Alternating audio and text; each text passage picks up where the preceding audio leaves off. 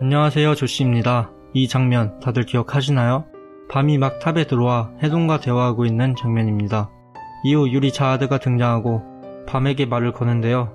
뭔가 이상하지 않으셨나요? 다시 돌려보면 해동과는 대화가 되는데 유리 자하드하고는 대화가 안 되네요. 오늘의 주제는 밤은 어떻게 포켓 없이 해동과 대화할 수 있었을까? 입니다. 그럼 시작합니다. 그 전에 잠깐 살펴볼 내용이 있는데요. 포켓에 대해 짚고 넘어가겠습니다.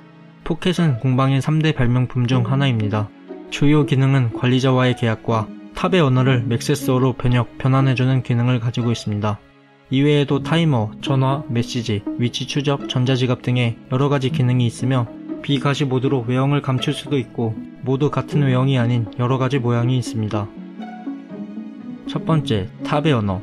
외탑은 탑의 가장 바깥 부분으로 대부분의 거주민들이 평생을 살아가는 공간입니다. 이곳의 기후와 온도는 그 층의 관리자와 지배자의 성향에 따라 달라지며 다른 층과의 교류가 어려워 층마다 문화와 과학기술이 상이하게 다르다고 합니다. 때문에 탑의 언어 또한 수십, 수백 가지일 가능성이 매우 크고 언어의 장벽을 해결하기 위한 포켓은 필수적인 아이템이며 선별 인원이 되면 가장 먼저 지급되는 아이템이기도 합니다. 두 번째, 포켓의 변환 기능. 포켓은 탑의 모든 언어를 맥세스어로 변환해준다고 설명이 되어 있습니다. 여기서 말하는 맥세스어란 탑의 공용어를 뜻하는데요. 그럼 탑에 오르기 위해서는 고양이 언어 외에도 맥세스어를 따로 공부해야 되는 걸까요? 그럴 필요는 없을 것 같습니다. 탑의 언어를 맥세스어로 변환시킬 수 있다면 당연히 맥세스어도 탑의 언어로 변환시킬 수 있겠죠. 시험회 층에 모인 수많은 선별 인원들이 모두 맥세스어를 공부하고 탑에 들어왔다고 보기에는 현실적으로 어려운 부분이기도 하고 이러한 애들이 맥세스어를 공부했을까요? 결정적으로 이 장면을 보면 밤에게 포켓이 생기자 유리의 말을 알아들을 수 있게 되었었죠. 문자는 어떨까요?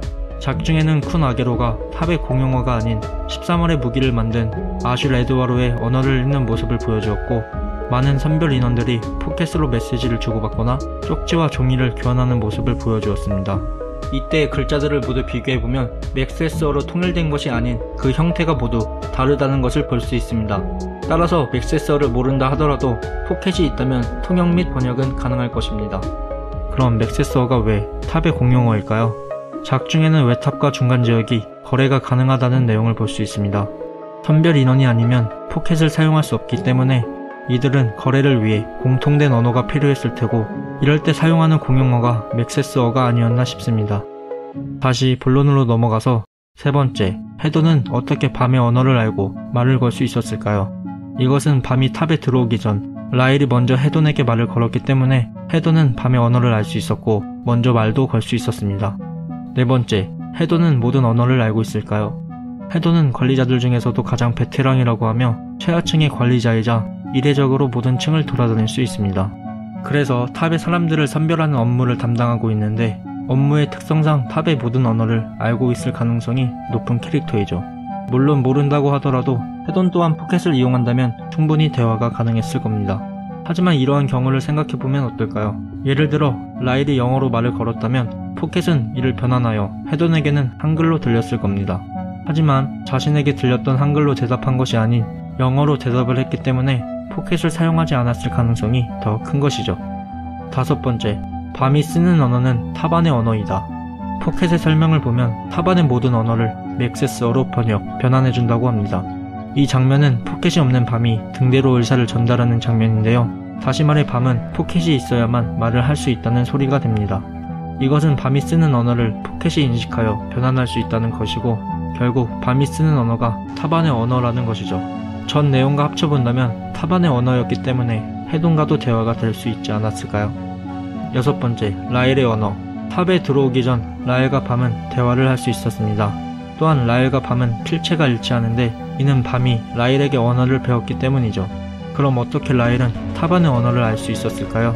라일과 밤이 있던 공간은 탑 내부도 탑 바깥도 아닌 제3의 공간이라는 작가님의 오피셜이 있습니다. 하지만 제3의 공간에는 다른 공간인 탑 내부에 관련된 책이 있었죠.